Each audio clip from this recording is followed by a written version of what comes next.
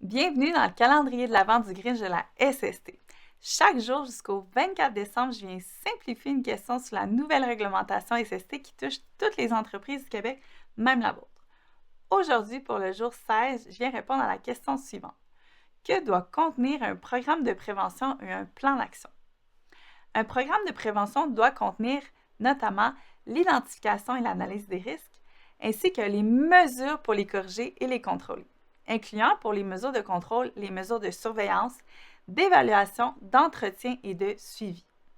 On y retrouve aussi ce qui touche la gestion de la prévention, soit les équipements de protection individuelle requis, le programme de formation et d'information aux travailleurs et travailleuses, les examens de santé, la liste des matières dangereuses dans l'organisation des premiers soins, ainsi qu'une politique de prévention et de prise en charge du harcèlement psychologique.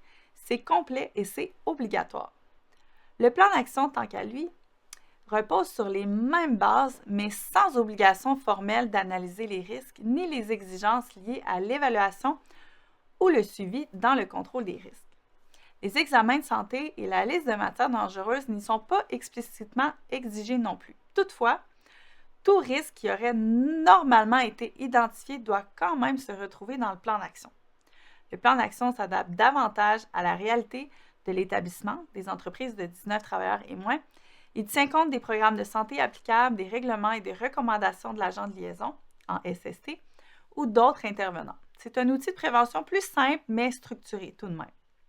Le Grinch de la SST revient demain pour une autre vérité, et si vous avez d'autres questions, surtout ne m'appelez pas ou ne m'écrivez pas, je risquerais de vous dire la vérité.